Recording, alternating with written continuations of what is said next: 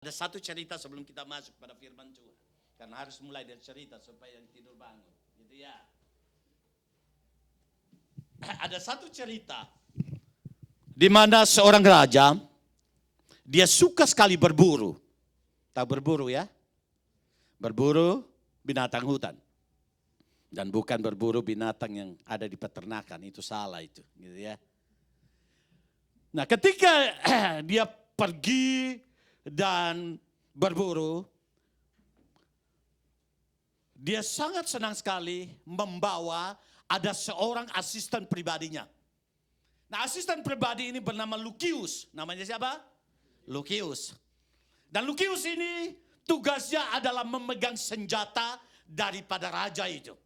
Dan ketika bertemu dengan binatang buruan, maka di sana senjata itu diserahkan oleh Lukius kepada raja, supaya raja yang menembaknya, bukan Lukius yang menembaknya. Tapi apa yang terjadi? Suatu ketika ada binatang buruan, ketika muncul, Lukius cepat-cepat menyerahkan senjata itu kepada raja. Ternyata ketika dia menyerahkan senjata itu, tangannya terkait, apa namanya itu, pentolannya untuk pistol itu, atau apa namanya pistol, senjata, isi daripada peluru itu keluar. Peluru itu keluar. Dan ketika peluru itu keluar, mengena tepat ujung kelingking kaki daripada raja tersebut. Putus. Raja marah sekali. Dan raja berkata, Lukius, hari ini kita tidak jadi berburu. Kau sudah mencelakakan kakiku. Dan kelingking kakiku ini sudah putus. Kita pulang kembali, gak jadi berburu. Dan apa yang terjadi? Sampai di rumah, akhirnya Lukius ini dipenjarakan. Karena raja berpikir dia punya rencana yang jahat. Walaupun mungkin dengan Lukius mengatakan bahwa dia tidak sengaja. Tapi apa yang terjadi? Lukius dipenjarakan. Besoknya raja itu datang lagi. Setelah kakinya sembuh, dia datang lagi berburu. Dan apa yang terjadi ketika dia berburu? Dia datang sendirian dan dia bawa akan senjata tersebut. Tapi apa yang terjadi? Ternyata orang-orang, perampok-perampok dan pribadi-pribadi yang menguasai daerah itu, mereka datang. Dan akhirnya mereka menangkap raja ini. Kemudian mereka membawa, dan ternyata mereka ini adalah pemakan daging manusia. Tetapi tidak hanya itu, juga setiap pribadi yang sebelum dimakan, itu dipersembahkan kepada dewa dulu. Setelah itu baru manusia ini dimakan. Tapi apa yang terjadi? Dibawalah raja ini. Dan di sana mulai dibikin perayaan besar. Dengan catatan supaya nanti raja ini dipersembahkan pada dewa. Setelah itu mereka akan makan daging daripada raja ini. Tapi apa yang terjadi? Ketika perayaan berada pada puncaknya. Dan mau dipersembahkan pada dewa. Raja ingat, dewa harus dipersembahkan akan manusia yang tidak boleh bercacat. Dan akhirnya diperiksa. Periksa dulu. Apakah dia bercacat apa tidak? Dan apa yang terjadi? Kemudian diperiksa. Lihat dari kepala, rambut, enggak. Enggak seperti pendeta Aib, ada rambut yang guguran, berarti tidak layak. Dilihat lagi bagaimana posisi kepalanya. Oh tidak. Bagaimana dengan badannya? Tidak. Bagaimana dengan kakinya? Diperiksa bagian paha. Kemudian sampai pada betis. Ternyata ketika sampai pada kelingking kaki, mereka hitung. 1, 2, 3, 4, 5, 6, 7, 8, 9. Satunya enggak ada. Mereka mulai cari satunya di mana. Ternyata cari ternyata enggak dapat. Kemudian disampaikan kepada pemimpin. Dikatakan bahwa orang ini ternyata cacat. Kenapa dia cacat? Karena kelingking kakinya enggak ada. Kalau demikian, lepaskan dia. Karena harus dipersembahkan pada raja kepada dewa itu adalah seorang yang tanpa cacat. Akhirnya raja ini dilepaskan. Ketika raja ini dilepaskan, kemudian pulang ke rumahnya, ke istananya, dia pergi ke penjara, dia buka penjara itu, dan dia suruh Lukiusnya keluar. Kemudian dia bilang, Lukius, terima kasih. Kamu sudah berjasa terhadap aku. Lukius yang kaget, aku berjasa apa? Oleh karena engkau tidak sengaja menembak kelingkingku. Karena tadi aku pergi berburu, ternyata aku ketemu dengan orang-orang yang mau makan aku. Ternyata karena aku bercacat, maka mereka tidak memakan aku. Akhirnya aku selamat. Ketika raja bilang begitu, bagaimana respon daripada Lukius? Lukius langsung berlutut dan menangis. Ketika dia menangis, dia bilang, Raja terima kasih, kamu sudah penjarakan saya. Rajanya yang bingung. Kenapa kamu terima kasih sama saya? Saya yang harus terima kasih sama kamu. Karena kelingking saya putus, maka saya tidak jadi dimakan sama mereka itu. Tapi Lukius bilang, terima kasih engkau sudah penjarakan saya. Sehingga saya tidak pergi bersamamu. Kenapa? Kalau Lukius ikut, maka Lukius gantinya raja. Betul ya? Berarti Lukiusnya mati. Jadi dipenjarakan itu ada maknanya enggak? Putus kelingking itu ada maknanya enggak? Dalam setiap peristiwa ada makna apa tidak? Dalam setiap peristiwa hidup kita ada makna di sana. Tapi mampukah kita menangkap makna itu? Dan di dalam kita menangkap makna itu, kita boleh sungguh lagi melihat bahwa hidup ini adalah sesuatu yang seharusnya dibuat bermakna. Kenapa? Karena tidak mungkin Tuhan berikan hidup, Tuhan tidak berikan makna di dalamnya. Maka kita harus serius dengan hidup ini. Nah, tema kita hari ini adalah seriuslah dengan hidupmu. Ini satu pernyataan yang tegas. Seriuslah dengan hidupmu. Jangan sampai engkau merasa bahwa hidupmu tidak ada makna. Tapi seriuslah dengan hidupmu. Mari kita baca akan teks firman Tuhan kita hari ini. Dalam Pengkhotbah pasal yang ketiga ayat yang kedua.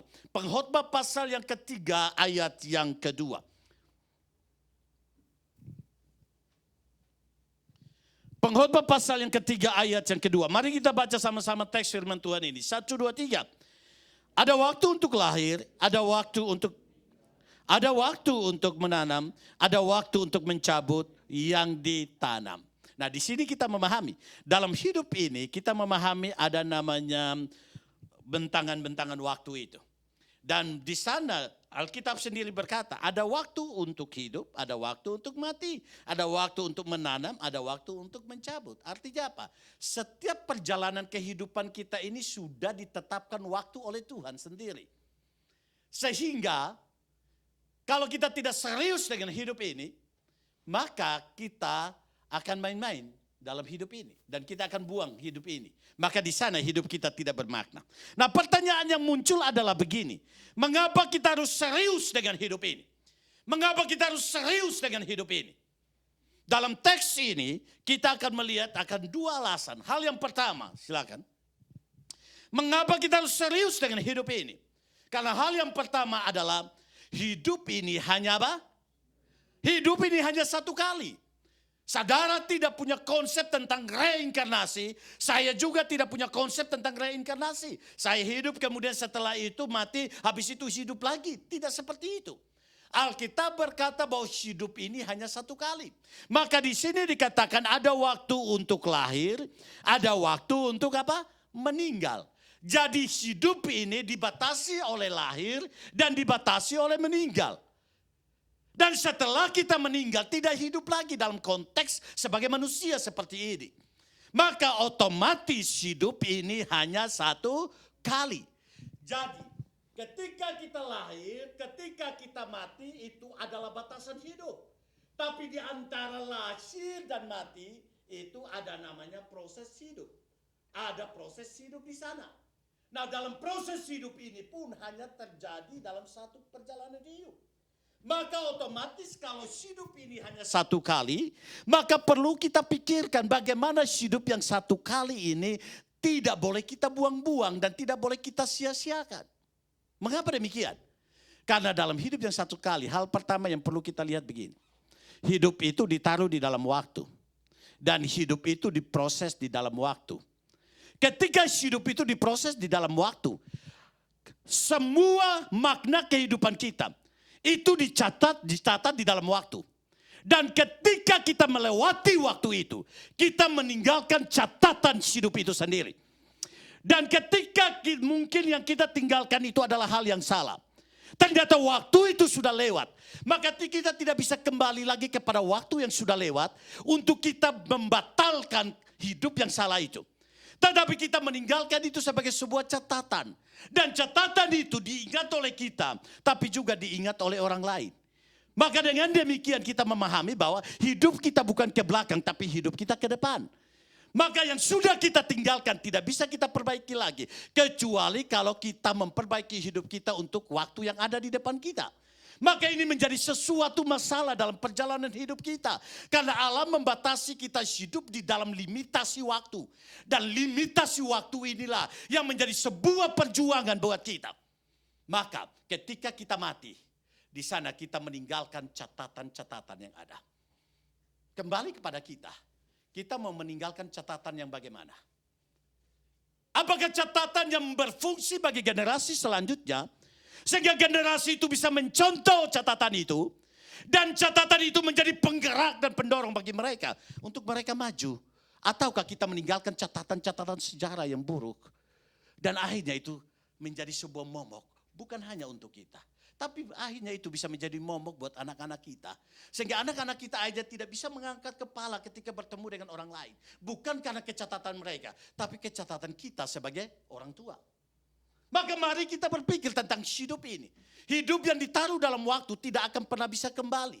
Karena hidup itu hanya berjalan satu kali. Kita melewati itu. Tetapi waktu tetap mendorong kita menuju kepada ketiadaan yang disebut dengan kematian itu sendiri. Maka mari kita memahami. Saya sangat diberkati dengan konsep waktu menurut Agustinus. Agustinus ketika berbicara tentang waktu. Dia punya konsep waktu, dia berkata begini. Waktu tidak ada past, tidak ada future, yang ada hanyalah presence.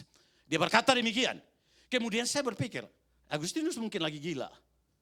Bukankah di dalam kenyataannya ada masa lampau, sekarang dan akan datang, betul ya?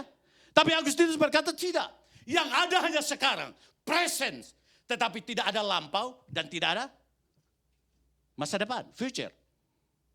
Bagaimana dia menjelaskannya? Dia berkata, karena masa lampau itu adalah waktu sekarang yang sudah lewat. Betul?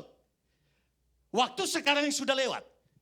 Masa akan datang itu apa? Masa akan datang adalah waktu sekarang yang akan menuju ke depan. Itu yang namanya masa lampau. Jadi seharusnya dalam esensi waktu, ada waktu saja saat ini. Tetapi kalau ketika saya bilang sekarang, sebenarnya sekarang ini sebenarnya sudah lewat menjadi lampau, betul? Maka Heraklitos berkata, orang tidak akan pernah berdiri di dalam sungai, air sungai, menginjakan air sungai yang sama di dalam proses mengalirnya sungai itu. Karena ketika dia menginjakan kaki, dia angkat, air itu sudah lewat, betul ya? Jadi ketika diturunkan kaki lagi, air itu sudah lewat. Demikian pun menurut Agustinus, ketika saya berkata presence, itu sudah lewat, betul ya? Jadi lampau itu adalah present yang sudah lewat. Kemudian masa akan datang itu adalah waktu sekarang. Waktu masa lampau dan waktu sekarang diproyeksikan ke depan. Itu yang namanya masa yang akan datang. Kalau demikian, hidup ini begitu cepat mengalir. Betul? Karena ketika saya katakan present, itu akan menjadi pas. Ketika saya selesai, itu menjadi pas. Artinya apa? Kita ini harus berburu dengan waktu. Kita harus berburu dengan waktu. Ketika saya tidak mengisi 1 detik yang lewat, maka itu tidak bermakna di dalam kehidupan saya. Tapi ketika waktu detik itu datang, saya mengisi cepatnya, maka di sana ketika dia lewat dengan makna yang saya isi di dalamnya. Maka kita mengerti apa yang disebut dengan waktu kronos dan kairos. Setiap seorang hidup dalam kronos, tetapi dia harus mengisi kronos itu dengan kairos, harus mengisi dengan makna di dalam hidup itu sendiri. Maka di sini kita melihat hanya ada 3 macam orang ketika dia hidup di dalam waktu itu. Yang pertama, ada orang yang hidup tapi membuang waktu. Yang kedua, ada orang yang hidup mengisi waktu. Dan yang ketiga adalah ada orang yang hidup merubah sejarah dan mengubah sejarah oleh karena dia memberikan makna yang lebih besar dalam sejarah itu. Kalau hal yang pertama itu disebut dengan orang malas. Maka teks kita berkata, jangan seperti orang bebal. Orang bebal itu apa? Orang yang tidak mau tahu, betul ya? Yang penting kue sera-sera. Betul ya? Jadi waktu lewat begitu saja. Tapi yang kedua adalah orang mengisi waktu. Itu orang biasa. Semua orang kan dituntut harus mengisi waktu. Tetapi orang yang mengubah sejarah dalam waktu. itu adalah orang yang perlu dibutuhkan dalam hidupnya. Kita sampai saat ini mengingat seorang yang bernama Martin Luther. Kenapa saudara dan saya bisa mengingat Martin Luther? Martin Luther tidak hanya mengisi waktu, tapi dia mengubah sejarah di dalam waktu. Dan dia memberikan sebuah makna besar bagi gereja sampai pada segala zaman. Tuhan tidak mau kita hanya mengisi waktu. Orang yang mengisi waktu hanya bersekolah. Orang yang mengisi waktu hanya bekerja. Orang yang mengisi waktu hanya menikah. Orang yang mengisi waktu hanya pacaran. Tuhan tidak mau orang Kristen hanya seperti itu. Tetapi bagaimana kita mengubah sebuah sejarah. Dan sejarah itu bisa menjadi berkat bagi banyak orang. Kehadiran GI3 Osaka di Osaka adalah satu karya untuk mengubah sejarah di tengah-tengah GI3 Osaka. Ketika orang mengingat Kitahama, orang Kristen mengingat Kitahama, yang diingat salah satunya adalah GI3 Osaka. Kenapa? Karena kalau saudara masukkan di dalam Kitahama, kemudian taruh di Kitahama stasiun, salah satu yang muncul dalam Google Map adalah Gereja Indonesia. Betul? Artinya apa? Kita sedang mengubah sejarah. Yang dulunya tidak ada gereja di sini. Tapi di sana kita mulai membuat sebuah gereja di sini. Kita mengubah sejarah. Kobe dulu tidak ada GI3 Kobe. Fukuoka tidak ada GI3 Shikoku. Fukuoka tidak ada GI3 Fukuoka. Tapi sekarang sejarah menunjukkan bahwa ada gereja Indonesia di sana. Kita harus berjuang. Tetapi ingat baik-baik. Ketika kita mengubah sejarah, jangan hanya berpikir apa untungnya buat saya. Kadang ketika kita menjadi pengubah sejarah, yang dibutuhkan daripada kita adalah pengorbanan itu sendiri. Pengorbanan itu sendiri. Dan saya mau katakan, saya mengatakan ini bukan oleh karena hanya sebuah teoritis. Saya dengan ibu di dalam anugerah Tuhan memberikan buat kami. Kami merintis hampir 2 tahun GI3 Osaka di Kyobashi. Itu setiap minggu saya harus nyetir dari Aichi sampai dengan Osaka, bolak-balik. Dan bersyukur ada satu teman, satu jemaat yang bernama Acoy, Rituan Acoy. Dia akhirnya membantu saya nyetir. Kenapa? Karena dia sudah lihat pinggang saya itu sudah sakit luar biasa. Pinggang ibu juga sudah sakit luar biasa. Dia membantu. Maka kemarin saya bela-belain dalam pemberkatan nikah. Kami harus datang ke sana. Di sini ada pengorbanan. Maka kalau kita mau mengubah sejarah tanpa sebuah nilai pengorbanan di sana, saudara dan saya tidak bisa mengubah sejarah. Martin Luther dikejar-kejar, bahkan mau dibunuh. Tetapi dia terus bersikap dengan keteguhan hatinya untuk boleh mengubah sejarah. Maka mari kita melihat. Waktu terus berjalan, apa yang kau isi dalam hidupmu? Waktu terus berjalan, apa yang kau isi dalam hidupmu? Apakah hanya studi stop, bekerja stop? Atau kau membuat sebuah gerakan sejarah yang dimana Tuhan dipermuliakan di dalamnya? Kita bersyukur. Majelis-majelis yang ada di Osaka adalah orang-orang yang fight, memberikan hidupnya buat Tuhan. Kenapa? Kalau mau pikirkan mereka enak-enak saja, ya udah, hanya yang penting hari Minggu datang gereja, selesai itu pulang. Tapi bagaimana mereka berjuang, memberikan waktunya. Mikir bagaimana supaya gereja ini maju. Mikir bagaimana supaya gereja ini tidak ada hutangnya. Dan mendorong bagaimana supaya kita sama-sama memberikan persembahan untuk mendukung pelayanan gereja ini. Dan bukan hanya memikirkan, tapi bagaimana mereka memberikan contoh duluan kepada kita. Tapi sadar atau tidak, setiap generasi akan berlalu, tapi harus diganti dengan generasi baru. Apakah kita melihat contoh itu? Dan kita juga mau mengubah secara dengan memberikan hidup kita lebih untuk hal seperti itu. Maka saya mau katakan buat kita, Tuhan sendiri saja sudah serius dalam hidup kita. Dia tidak perlu mencipta kita. Kenapa? Karena seharusnya dia tidak butuh kita. Tapi dia mencipta kita oleh karena belas kasihannya kepada kita. Dan selanjutnya setelah kita gagal, tinggal hanya dia buang kita dan selesai, betul? Tetapi dia tidak membuang kita. Selanjutnya dia harus berkorban buat kita. Artinya apa? Dia membuat satu sejarah dalam kehidupanmu dan kehidupanku.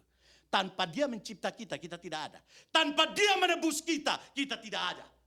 Tetapi dia melakukan tindakan sejarah yang luar biasa. Maka dunia ini dibelah dalam 2 waktu. Sebelum Kristus dan sesudah Kristus. Bukankah itu sebuah sejarah yang sangat luar biasa?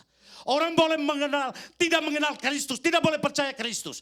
Tapi ketika dia ada dalam kalender Masehi, dia harus mengakui bahwa Tuhan pernah melakukan sesuatu dalam sejarah ini. Dan kalender Masehi mengakui itu. Maka dengan demikian ini menjadi hal yang pertama dalam hidupmu. Ketika engkau pulang, engkau bertanya dalam hidupmu. Orang lain sudah melakukan perubahan sejarah dalam hidup ini dalam waktu yang dipercayakan. Apa yang saya harus lakukan? Ya kita berdoa. Supaya dimanapun Tuhan taruh kita, ada satu perubahan sejarah yang ada di sana. Oleh karena kehadiran kita. Harapan kita, dimanapun Tuhan tempatkan kita melakukan sesuatu yang bermakna dalam sejarah kehidupan. Jangan sampai gereja itu sempurna, kita pindah ke sana jadi tidak sempurna. Kan masalah juga. Tetapi mungkin gereja itu akhirnya banyak masalah, tapi ketika kita hadir, kita menyelesaikan masalah itu. Artinya apa? Kita sedang memberikan makna di dalam hidup itu. Betul ya? Maka ini menjadi hal yang pertama. Dari waktu lahir sampai mati, itu adalah satu perjalanan yang hanya satu kali. Tetapi mari kita ingat, saya harus serius dengan hidup ini. Karena kalau Tuhan taruh saya dari lahir sampai mati, ada proses waktu di sana. Harus ada hal yang harus saya isi di sana. Saya tidak boleh meninggalkan catatan sejarah yang menjelekkan nama Tuhan, menjelekkan nama saya, menjelekkan nama keluarga. Tapi saya harus memberikan sebuah makna dalam catatan sejarah. Sehingga ketika orang melihat itu, di sana itu boleh memotivasi orang lain. Itu boleh mengangkat nama Tuhan di dalam kualitas hidup saya. Dan itu juga memotivasi generasi saya. Anak-anak saya dan generasi setelah saya. Supaya mereka boleh berdiri kokoh. Dan mereka juga menambah sejarah di dalam perjalanan waktu yang ada. Itu menjadi hal yang pertama. Hal yang kedua, mengapa kita harus serius dengan hidup ini? Mengapa kita harus serius dengan hidup ini? Tidak hanya hidup ini satu kali. Tetapi yang kedua adalah dia sedang memikirkan makna hidup. Yang kedua adalah kesempatan hidup ini semakin berkurang. Jadi bukan hanya hidup ini satu kali saja. Tetapi semakin hari. Dari lahir sampai dengan mati. Itu adalah perjalanan waktu kita. Tapi ketika kita melewati ini, lewat ini, maka ini kurang. Ini sudah lewat, maka kesempatan kurang. Kesempatan kurang, kesempatan kurang, kesempatan kurang, kesempatan kurang. Pertanyaannya adalah, kalau kesempatan kurang dalam hidup ini tiap-tiap detik, tiap-tiap hari, tiap-tiap minggu, tiap-tiap bulan, tiap-tiap tahun. Kira-kira bagaimana saya bisa mempergunakan hidup ini? Maka sekali lagi, ulang tahun itu menggembirakan tapi menyedihkan. Betul ya? Betul ya? Maka cepat-cepat menikahlah, kesempatan kurang ini.